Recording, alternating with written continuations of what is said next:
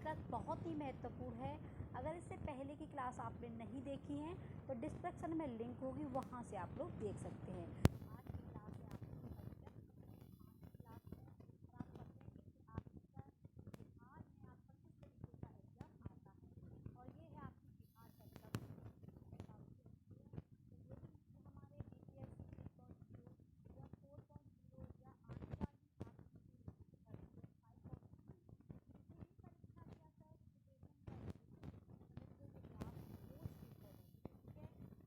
पर पहली बार विजिट कर रहे हो तो प्लीज़ सब्सक्राइब कर लेना। अगर वीडियो अच्छी लगती है तो अपने मित्रों को अवश्य शेयर करना। तो चलते हैं, आज की क्लास है आपकी पंचम। जैसा कि फ्रेंड्स आप स्क्रीन पर देख पा रहे हैं, ये है आपका पाँचवा मॉडल पेपर, और ये बिहार एस्टेट के लिए भी बहुत ही महत्वपूर्ण है।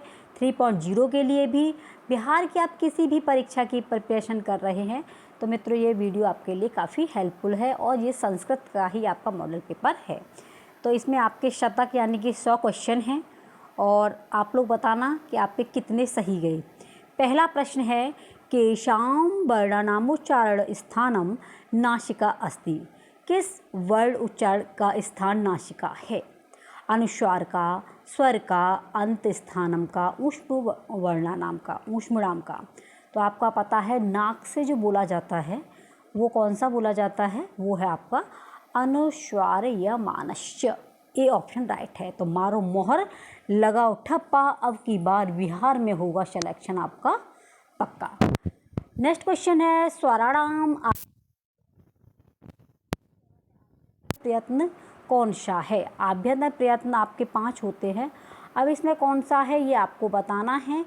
तो देखिए विव्रत जो है, विव्रतम, ये आपका आभ्यंतर प्रयत्न है। कौन सा है?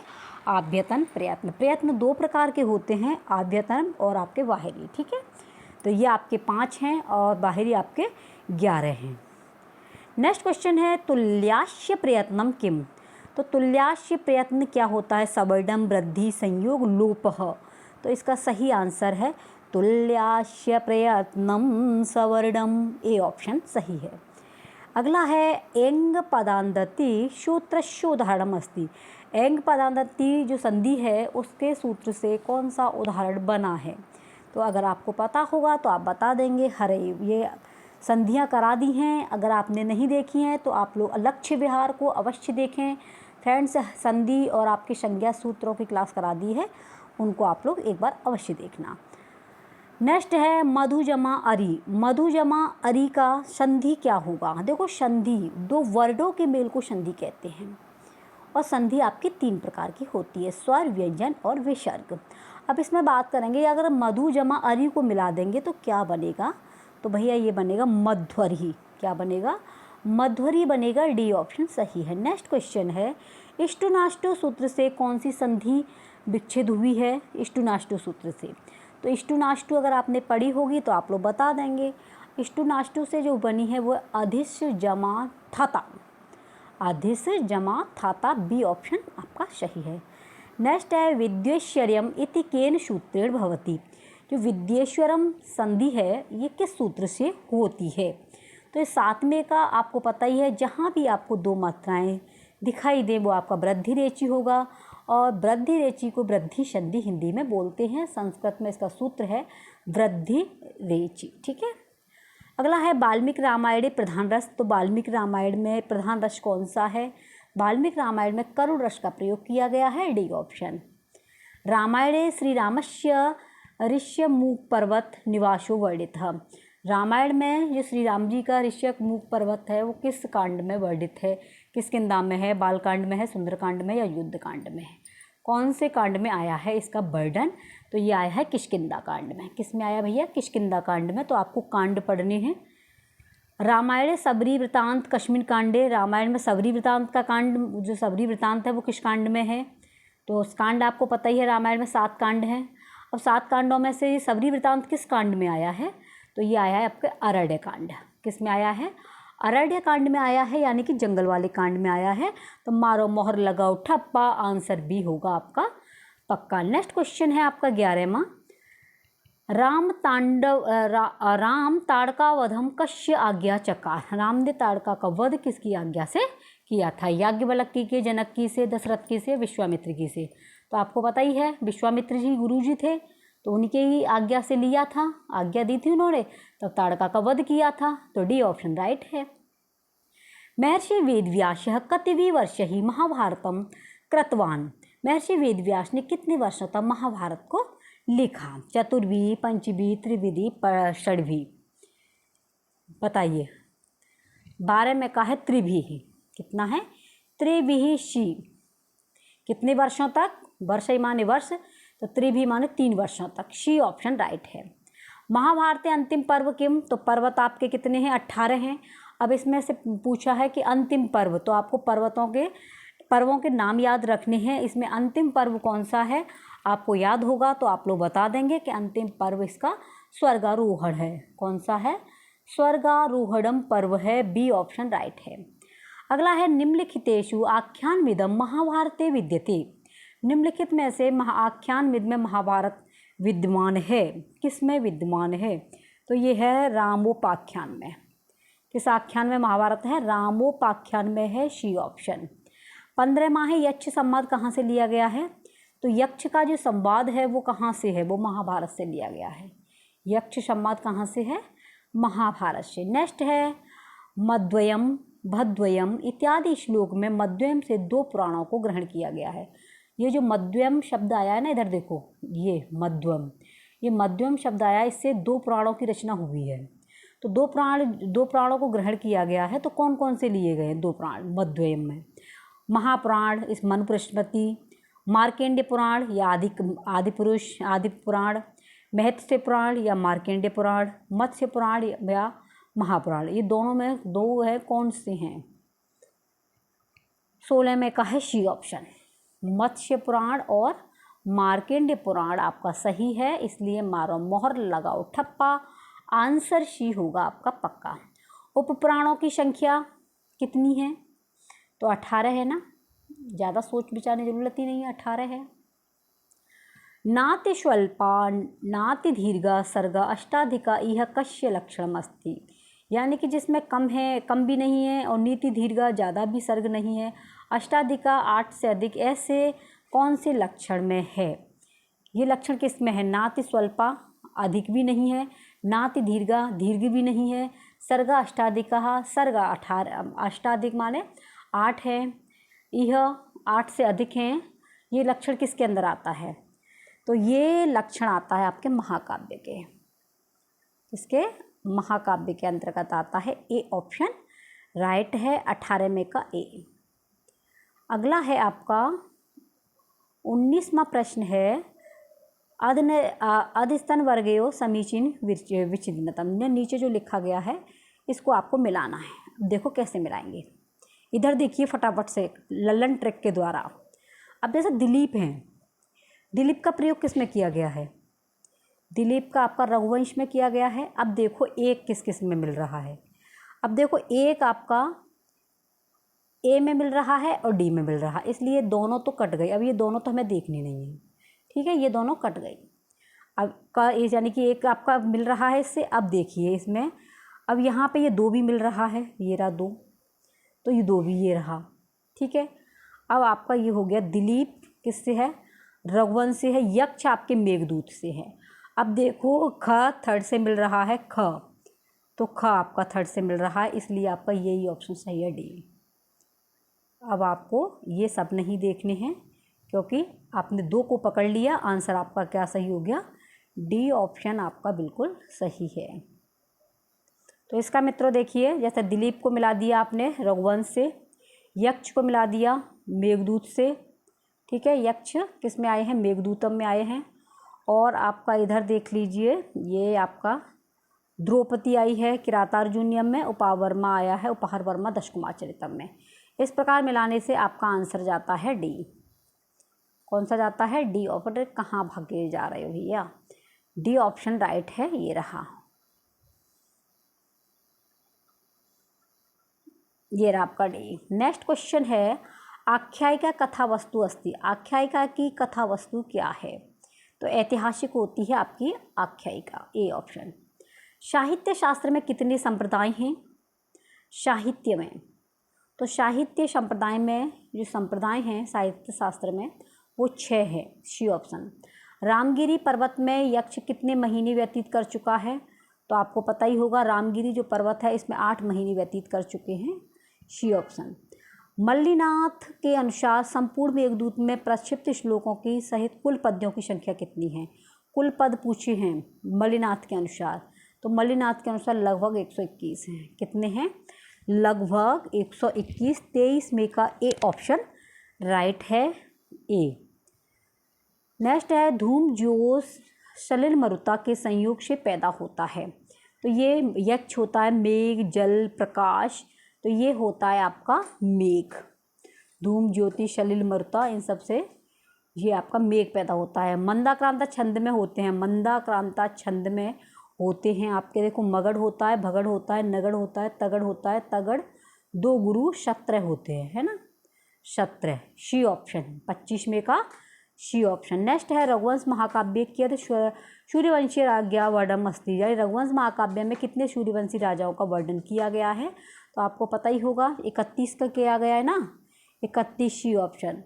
अगर फ्रेंड्स किसी भी क्वेश्चन में आपको कोई भी डाउट लगता है या कोई मेरे से त्रुटि हो जाती है तो आप लोग जो है अवश्य कमेंट में बताना, और मेरे द्वारा किया गया प्रयास अगर आपके लिए सहायक है तो आप लोग इसे शेयर अवश्य करना।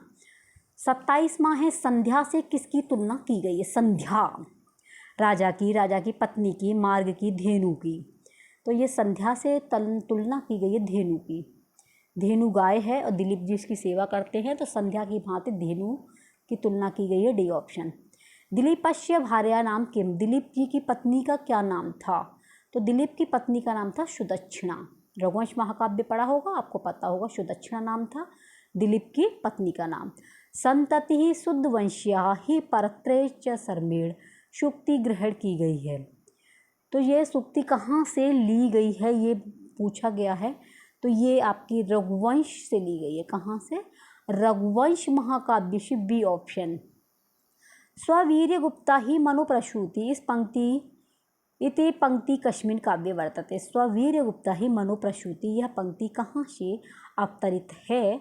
तो 30 में का सही ऑप्शन है रघुवंश महाकाव्य से। किससे है? रघुवंश आपको डीपली पढ़ना है, तभी आप आंसर को सही कर पाएंगे। व्रजंती ते मूढ़धिया पराभवम, यह सूक्ति किसकी है? वज्रसेवी कठोर, ये किसकी है? तो ये आपका 31 में का अगर आप सी मानते हैं तो बिल्कुल सही है, भारवी। किसकी है? भारवी की है भैया, सी ऑप्शन। भारवी का समय विद्वानों ने क्या माना है? तो भारवी का जो समय माना है आपने पढ़ा होगा, तो आप बता देंगे कि 600 ईस्वी के आसपास में भारवी के समय का वो विद्वानों ने माना है। 33वां है किरातार्जुनीयम किस विधा का काव्य है? तो किरातार्जुनीयम मित्रों महाकाव्य है। क्या है? महाकाव्य है। 18 का ये इसमें जो है 33 में का 18 यानी कि डी ऑप्शन राइट है। 33 में का डी ऑप्शन राइट है, महाकाव्य है किरातार्जुनीयम। वनेचर हस्तिनापुर किस वेश में गया था? तो इसमें तो ज़्यादा समय गंवाने की आवश्यकता ही नहीं है। 34 में का बी है, ब्रह्मचारी वेश में वनेचर हस्तिनापुर गए थे। किरातार्जुनीयम का प्रारंभ किस पद से होता है? पढ़ा होगा ना, तो किरातार्जुनीयम का बताइए प्रारंभ कहाँ से होता है? तो ये होता है श्रीय शब्द से। किससे होता है? श्रीह, मारो मोहर लगाओ ठप्पा, अब की बार बिहार में लगाएंगे गोता, और सिलेक्शन होगा आपका पक्का, इसलिए आंसर ए ऑप्शन सही है। नेक्स्ट क्वेश्चन है आपका 36वां प्रश्न है, मातुः निलीयते कृष्णः इत्यत्र कस्य सूत्रस्य प्रवृत्ति भवति। जो मातुः निलीयते कृष्ण में किस सूत्र के द्वारा ये शब्द बना है ये आपको बताना है। तो ये 36 में का अगर आपने सोचा है सी, अंतधौ येना दर्शनमिच्छति, सी ऑप्शन राइट है। नेक्स्ट है 37वां, जनिकर्तु प्रकृति सूत्रानुसारेण वाक्य रचना अस्ति। जनिकर्तु प्रकृति के सूत्र के अनुसार वाक्य रचना क्या है? तो 37 में का बी ऑप्शन राइट है, ब्राह्मण प्रजायन्ते, ब्रह्मांड प्रजा प्रजायन्ते, बी ऑप्शन सही है। कालाध्वनुरोत्यंत संयोगे इत्यस्य उदाहरणं किम्। कालाध्वनुरोत्यंत्य संयोगे, इसका आपको उदाहरण बताना है। तो 38वें का है क्रोशम कुटिला नदी। क्रोशम कुटिला नदी भी ऑप्शन राइट है। गवाम गोशुवा कृष्णा बहुचीरा अत्र कस्य सूत्रस्य प्रयोग अस्ति। गवाम गोशुवा कृष्णा बहुचीरा में किस सूत्र का प्रयोग हुआ है? तो इसमें हुआ है आपका यतश्च निर्धारणम। यतश्च निर्धारणम किसका हुआ है? 39वें का सी राइट है, यतश्च निर्धारणम। नेक्स्ट है हिमवतः गंगा प्रभवती। हिमवत गंगा प्रभवती इत्यस्य केन सूत्र प्रभवती। हिमालय से गंगा बहती है, ये किस सूत्र के द्वारा हुआ है? तो ये हुआ है भुवः प्रभवती। भुवः प्रभवः 40 में का अगर आपने सोचा है बी ऑप्शन तो बिल्कुल सही है। मारो मोहर लगाओ ठप्पा, आंसर डी होगा पक्का। रामेण बाणेन हतो बाली अत्र तृतीय विधायक सूत्रम। राम ने बाण से बाली को मार दिया। अब इसमें तृतीय विधायक सूत्र किस से हुआ है? साधकतम से, कर्तकरणयोस्य तृतीया से, अपवर्गे तृतीया से, हेतु से। तो 41 में का सही ऑप्शन है बी, कर्तकरणयोत्र तृतीया। बी ऑप्शन राइट है। कौन सा है? बी। गौड़े कर्मणि दुहिदेरेति नियमेन शुद्धम अस्ति। इसका आपको सही शुद्ध नियम बताना है। तो 42 में का सही ऑप्शन है सुधा क्षीरनिधि मथ्यते। सुधा क्षीरनिधि मथ्यते, ए ऑप्शन। छात्राः चतुर्श्लोकान् पठितवन्त इति वाक्यस्य कर्मवाच्य प्रयोगः। देखिए वाच्य 3 होते हैं, कर्त, कर्म और भाव। अब इसमें पूछा है कि जो छात्रा चतुर्श्लोकान् पढ़ित, छात्रा 4 श्लोकों को पढ़ लेती है, इस वाक्य का अगर कर्मवाच्य में प्रयोग करेंगे तो क्या बनेगा? ये बनेगा आपका छात्र ही 4 श्लोकाः पठितः। 43 में का अगर आपने 20 चुना है तो आंसर बिल्कुल राइट है। नेक्स्ट है आपका 44वां प्रश्न है, बाणभट्ट के पुत्र का नाम क्या था? तो आपको पता ही है, बाणभट्ट के जो बेटा थे उनका नाम था भूषण भट्ट, और भूषण भट्ट का उपनाम था पुलिंद भट्ट। तो बाणभट्ट के पुत्र का नाम क्या है? भूषण भट्ट, यानी 44 में का सी। और बाणभट्ट ने कादम्बरी को लिखा है और इन्हें पूर्ण किया था भूषण भट्ट, इनके पुत्र ने। इनका उपनाम पुलिंद भट्ट है। वैशंपायन किसका पुत्र है? तो वैशंपायन जो पुत्र हैं वो शुकनाश के हैं। शुकनाश एक मंत्री हैं, इसलिए वैशंपायन शुकनाश के पुत्र हैं। बी ऑप्शन राइट है। युवा चंद्रापीड़ को शार्गर्भित उपदेश किसने दिया था? तो युवा चंद्रापीड़ को शार्गर्भित उपदेश किसने दिया था? वैशंपायन, पुंडरीक, शूद्रक, शुकनाश। तो 46 में का मित्रों डी ऑप्शन राइट है, शुकनाश ने दिया था। शुकनाश एक मंत्री थे और चंद्रापीड़ को जब राजगद्दी पर बिठा रहे थे तो उनको वो चीज़ें बताई जा रही थी, क्योंकि वो युवक थे जिससे उनके अंदर अहंकार नहीं आए, तो उनको उपदेश दिए जा रहे थे शुकनाश के द्वारा। और शुकनाश जो है एक मंत्री हैं और चंद्रापीड़ राजगद्दी पर विराजमान होने वाले हैं। इससे पहले वो विराजमान हो उससे पहले उनकी सारी परीक्षाएं ली जा रही हैं शुकनाश जी के द्वारा। अगला है ये है जी शार्गर्भित उपदेश किसने दिया? तो उपदेश शार्गर्भित जो उपदेश है वो किसने दिया था? शुकनाश ने दिया था। 46 में का आपका डी ऑप्शन राइट है। नेक्स्ट क्वेश्चन है, हारित पुत्र था, तो हारित 47 में का महर्षि जावाली के थे हारित। शिवराज विजय आहित कति निश्वास। शिवराज विजय में कितने निश्वास हैं? तो सबको पता है 48 में का सही आंसर है 12, यानी कि 12 निश्वास हैं। कितने हैं? 12 निश्वास हैं इसमें, डी ऑप्शन। महमूद गजनबी सिंधु नदीम उत्तीर्य का स्वराजधानी प्राविशत। तो महमूद गजनबी की सिंधु नदी के बाद में अपनी राजधानी में प्रवेश किया, तो कौन सी राजधानी थी उसकी? तो उसकी राजधानी थी गजनी। कौन सी थी? गजनी राजधानी थी, ये ऑप्शन। सोमनाथ मंदिर आक्रमणकर्ता कहाशित। सोमनाथ मंदिर पर आक्रमण किसने किया था? सोमनाथ पर तो ये किया था महमूद गजनबी ने। कितने? महमूद गजनबी ने किया था। भैया 50 क्वेश्चन कंप्लीट हो चुके हैं। आप लोग कमेंट में बताइए क्लास आपको कैसी लग रही है, क्वेश्चन कैसे लग रहे हैं, ठीक है। और जितना हो फ्रेंड्स, जितने भी हमारे संस्कृत के मित्र हैं उन तक इस वीडियो को अवश्य शेयर करें। 51वां प्रश्न है, भारतवर्षे सर्वप्रथम यवन शासनस्य बीजारोपणम कहाँ आसीत्। भारतवर्ष में सबसे पहले यवन शासन का बीजारोपण किसने किया था? तो 51 का सही ऑप्शन है आपका बी, शहाबुद्दीन मोहम्मद गौरी ने किया था, बी ऑप्शन। चतुर्विंशति निमेषु शत श्लोक निर्माणात् अंबिका दत्त व्यास उपाधि प्राप्तवान। चतुर्विंशति 24,000 श्लोक जो हैं आपके चतुर्विंशति श्लोक निर्माण करने वाले अंबिका दत्त व्यास की उपाधि को प्राप्त किया था। किसके द्वारा? घटिका शतक, शतक घड़ी, बताइए। तो ये आपका 52वें का सही ऑप्शन है, 52 का घटिका शतक, एक घड़ी में ही, ठीक है।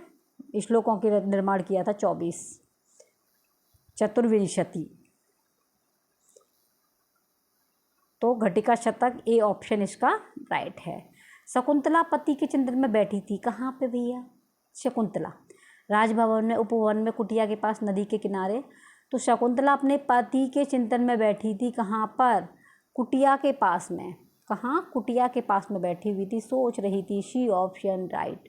शकुंतला की अंगूठी कहाँ पर गिरी थी? तो सभी को पता है सची तीर्थ में गिरी थी।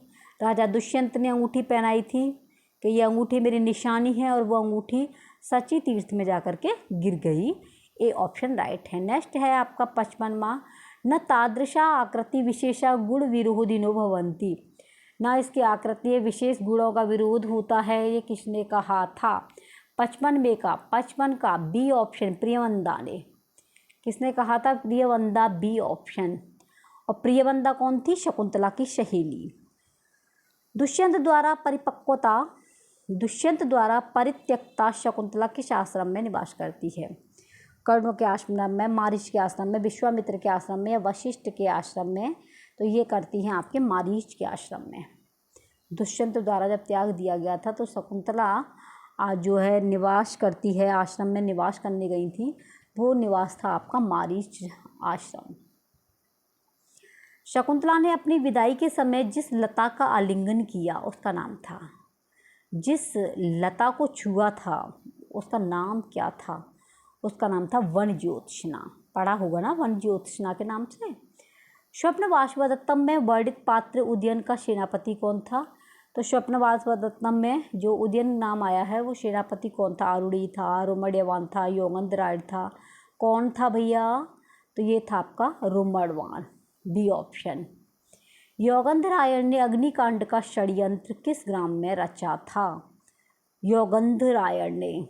तो 59 का सही ऑप्शन है लावाड़क, लावाड़क ग्राम में रचा था।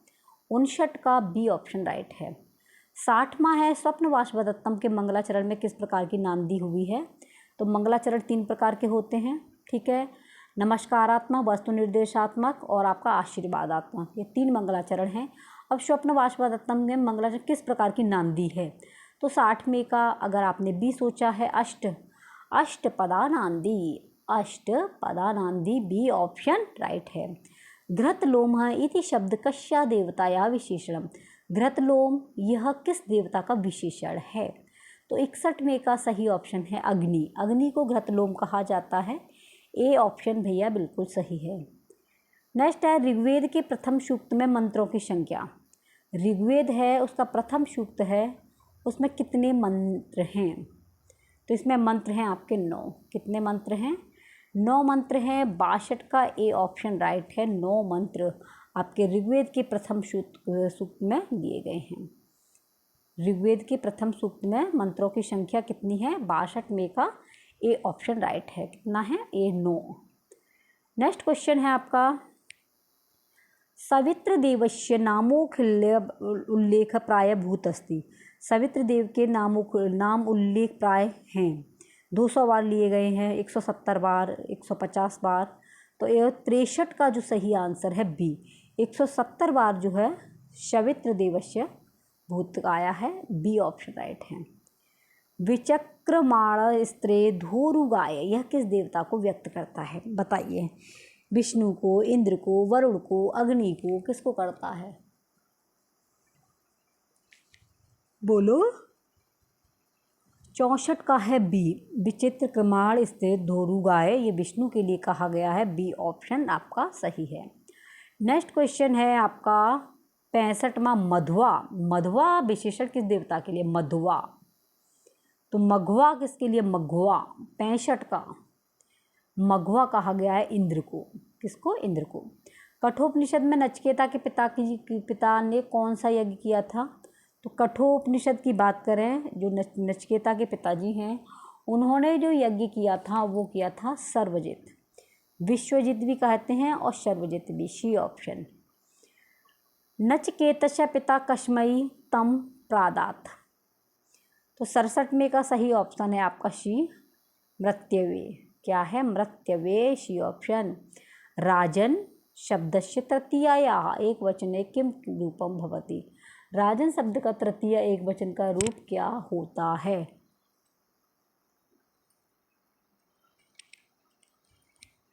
68 का सही है राज्ञा। क्या है? 68 का राज्ञा। राजन शब्द का तृतीय पूछा ना, तृतीय एक वचन रूप, तो राज्ञा होगा। डी ऑप्शन सही है 68 का, डी।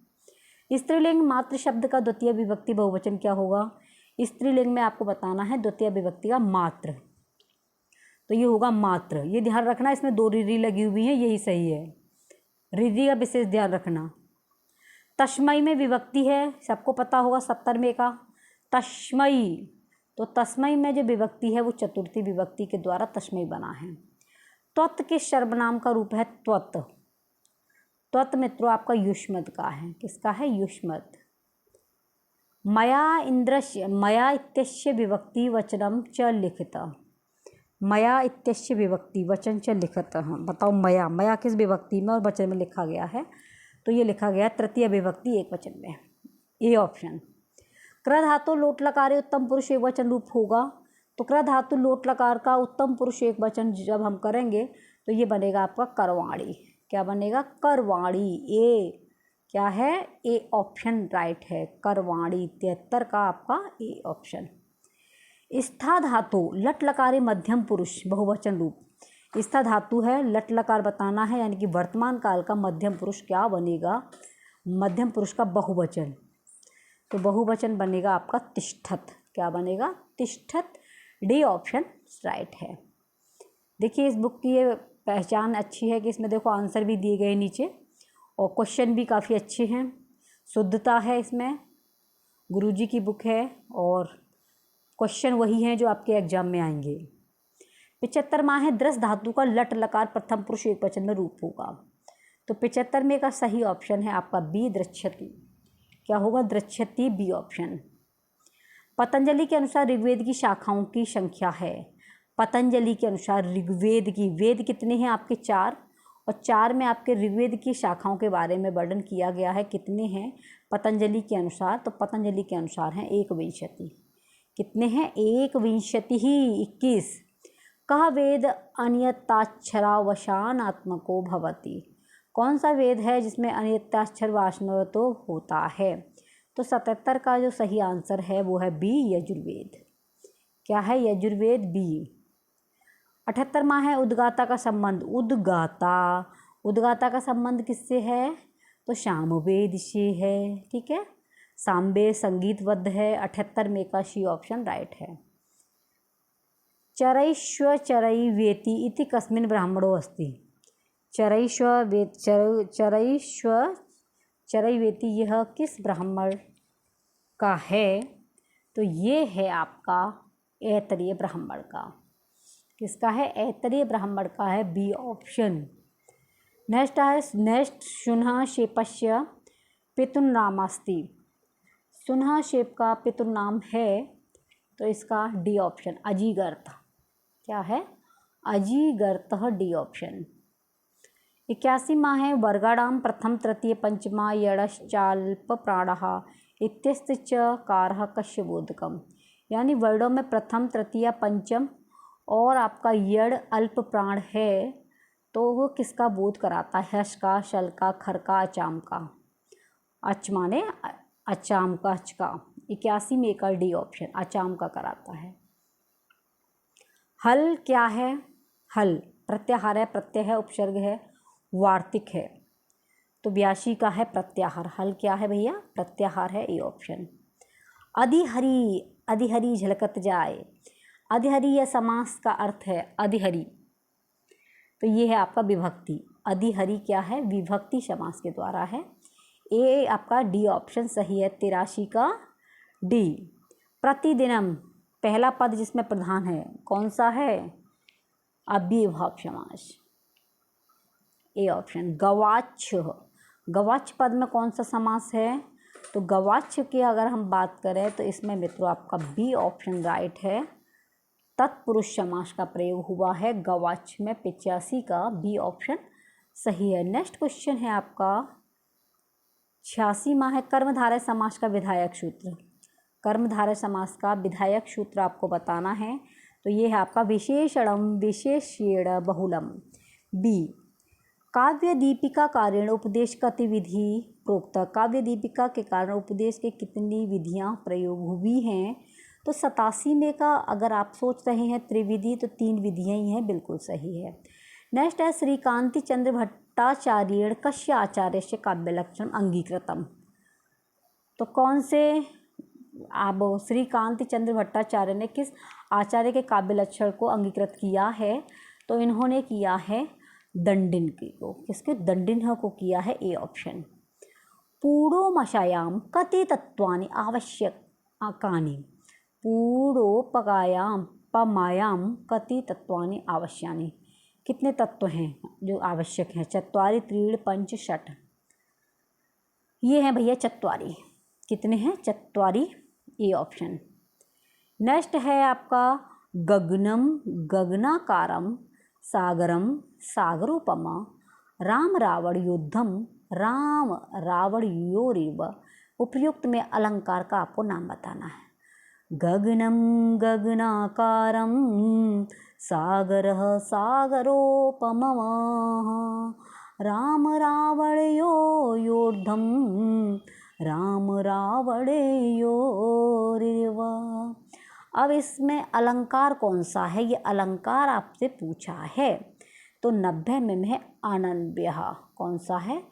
अनन्वयः है, ए ऑप्शन राइट है। अब है आपका 91, और ये 91 है मनुष्येषु विशेषण रूपेण कस्य प्रभावः।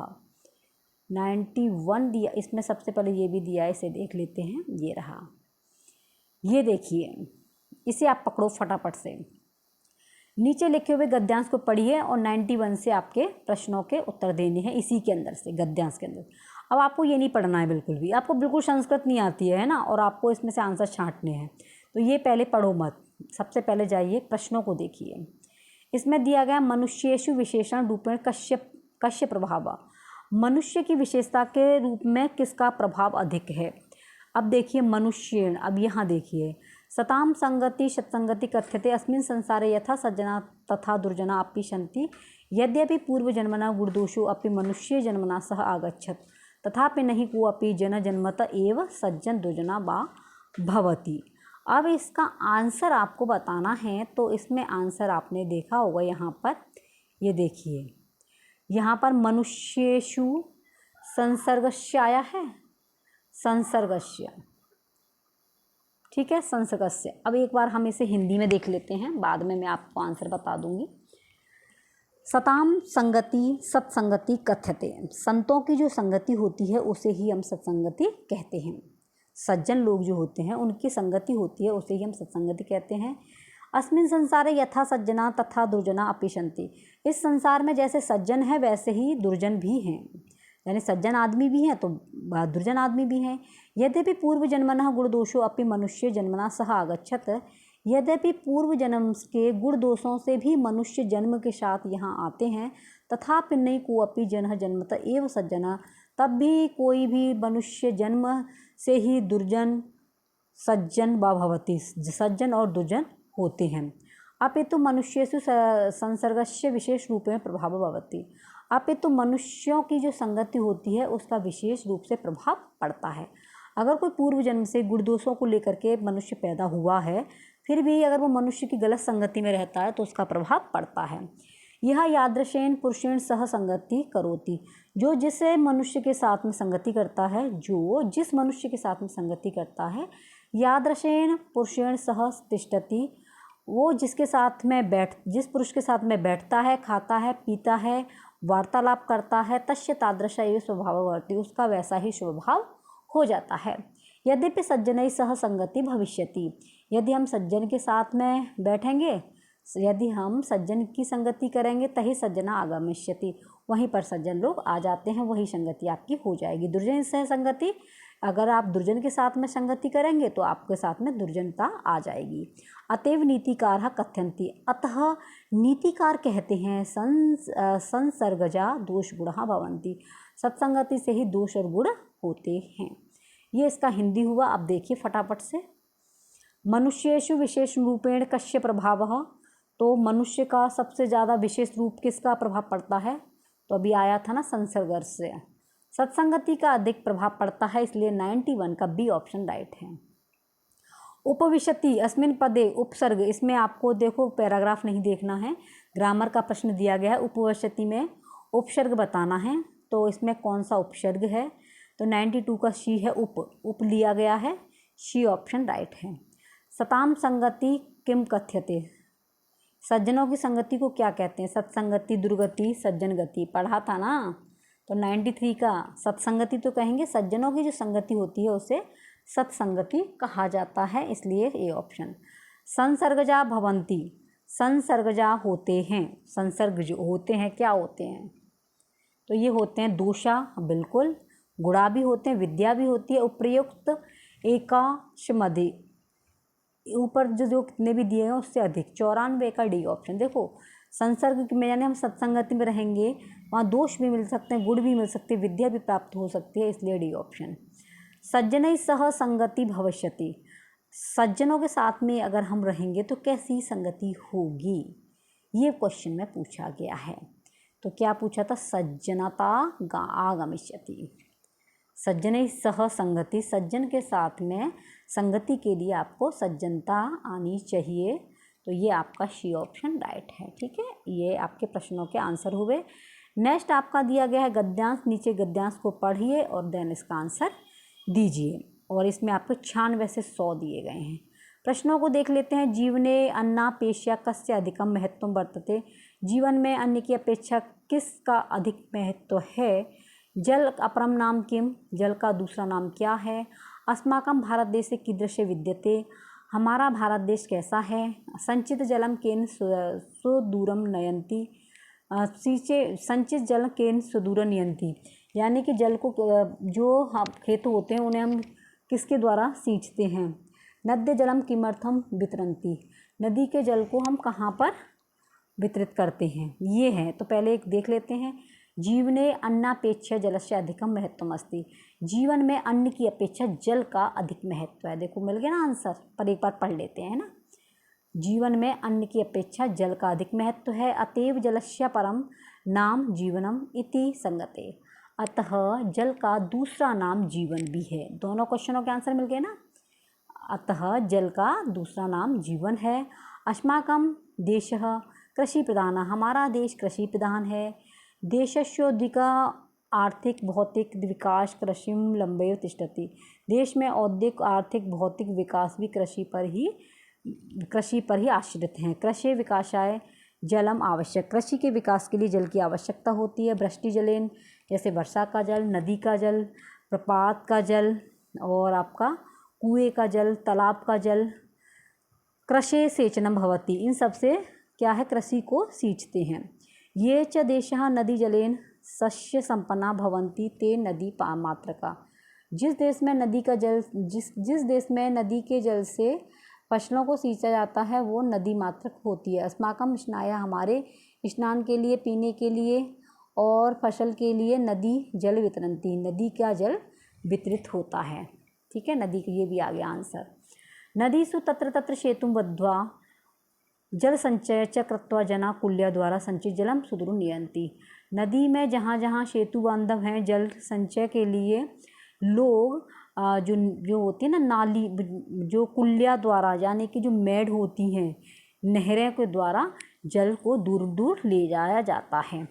जो गूल होती हैं, ठीक है, उनके द्वारा जल को दूर दूर ले जाया जाता है। तेन च क्षेत्राणि सिंचति, उससे खेतों को सींचते हैं। काले वर्षतु पर्जन्य पृथ्वी सस्यशालिनः, काले वर्षतु समय के अनुसार वर्षा पृथ्वी पर फसल से, इति प्रार्थना जलस्य महत्वम सूचयति, इस प्रार्थना से जल की महत्व को सूचना प्राप्त होती है। नहीं शक्नुवन्ति जलम विना जीवितम तृणयन्यपि, जल के बिना जीवन नहीं है। तृणादीन च धेन्वादीनम पशूनाम आहारम भवति, यानी तृणा मतलब होता है घास, और जब घास नहीं होगी तो पशुओं को आहार कैसे मिलेगा। नहीं शक्नुवन्ति जलम बिना, जल के बिना ना तो शक्नुवन्ति प्राप्त होती है, ना ही जो है आपकी घास प्राप्त होती है। तृणादीनम धेन्वादीनम, जो फसल होती है वो आपकी गाय पशुओं का आहार होती है। ठीक है, ये इसका हिंदी है। नेक्स्ट क्वेश्चन है इसका, जीवने अन्नापेक्षा कस्य अधिकम महत्व, तो जीवन में अन्न की अपेक्षा, गेहूं की जो अनाज होता है उसके अपेक्षा किसका अधिक महत्व है, तो पढ़ा था ना जल का, है ना, सी ऑप्शन। नेक्स्ट है जलस्य अपरम नाम किम, तो आपने पढ़ा था जीवनम, जल का जो दूसरा नाम है वो क्या है आपका ए ऑप्शन जलस्य। देख लीजिए आप यहाँ पे एक बार पैराग्राफ, थोड़ा वीडियो लेंथी हो जाता है इसलिए देखिए, जीवने अन्नापेक्षा जलस्य आ गया और जलस्य अपरम नाम जीवनम आ गया, है ना, इसी में आपके आंसर मिल गए हैं। तो ये हो गया आपका ए ऑप्शन सही है। नेक्स्ट है अस्माकम भारत देशे कीदृश विद्यते, हमारा भारत देश कैसा है, तो 98 का सही ऑप्शन है कृषि प्रधान है, आया था ना कृषि प्रधान। संचित जलम केन सुदूर नयंती, जल को सींचने के लिए किसके माध्यम से दूर ले जाया जाता है, तो 99 का और इस क्लास का सेकंड लास्ट क्वेश्चन है कुल्या द्वारा, किसके द्वारा, कुल्या द्वारा। और ये इस क्लास का लास्ट है 100वां प्रश्न है, नद्य जलम किमर्थ वितरन्ति, नदी के जल को किसके द्वारा वितरण किया जाता है, यानी किसके योग्य हम लोग यूज करते हैं, पानी के लिए, स्नान के लिए, फसल के लिए उपयुक्त एक अस्माधिक, तो ये सभी आए थे ना, पीने के लिए भी, स्नान के लिए भी। अरे इधर आ भैया, कहाँ भाग रहे हो, इधर। पीने के लिए भी आया था, स्नान के लिए भी आया था, फसल के लिए भी आया था, इसलिए इसका डी ऑप्शन राइट है। ठीक है मित्रों, ये थे आपके 100 प्रश्न। ये क्लास आपको कैसी लगी प्लीज़ आप लोग कमेंट में अवश्य बताएं। और फ्रेंड्स, आपसे छोटी सी रिक्वेस्ट है, जितना हुआ करें इस वीडियो को शेयर किया करें, क्योंकि परीक्षा की दृष्टि से बहुत ही महत्वपूर्ण है। जिन मित्रों के पास में ये जो है किताब नहीं है, तो फ्रेंड्स आप लोग यूट्यूब की सहायता से इसे अच्छे से पढ़ सकते हैं। अगर किसी भी मित्र को इसका PDF प्राप्त करना है तो प्लीज़ कमेंट में बताएं, या फिर आप लोग देखिए टेलीग्राम से जुड़ जाना या व्हाट्सएप से जुड़ जाना, वहाँ पर आपको इसका PDF प्राप्त हो जाएगा। तो काफ़ी अच्छी बुक है और आप लोग देख सकते हैं गुरुजी की बुक है। और फ्रेंड्स देखिए, कल की क्लास जो होगी वो आपका 6वां मॉडल पेपर होगा, इसलिए जितना हुआ करे आप लोग अपने सभी संस्कृत के मित्रों को अवश्य शेयर करें, चाहे वो आपके 3.0 की तैयारी कर रहे हैं, 4.0 की या 5.0 की। क्योंकि फ्रेंड्स देखिए, व्याकरण कभी नहीं बदलती है, प्रश्नों की प्रकृति बदलती है। इसलिए आप लोग अगर अभी से मेहनत करेंगे तो आप लोग किसी भी परीक्षा को पास कर सकते हैं। और हम सोचते हैं कि जब फॉर्म भर जाएगा तब तैयारी करेंगे, तो कहीं ना कहीं हमारे समय की भी बर्बादी होती है। ठीक है फ्रेंड्स, मिलते हैं नेक्स्ट वीडियो में। आप अपना ख्याल रखना। Take care, bye bye. नमः संस्कृताय।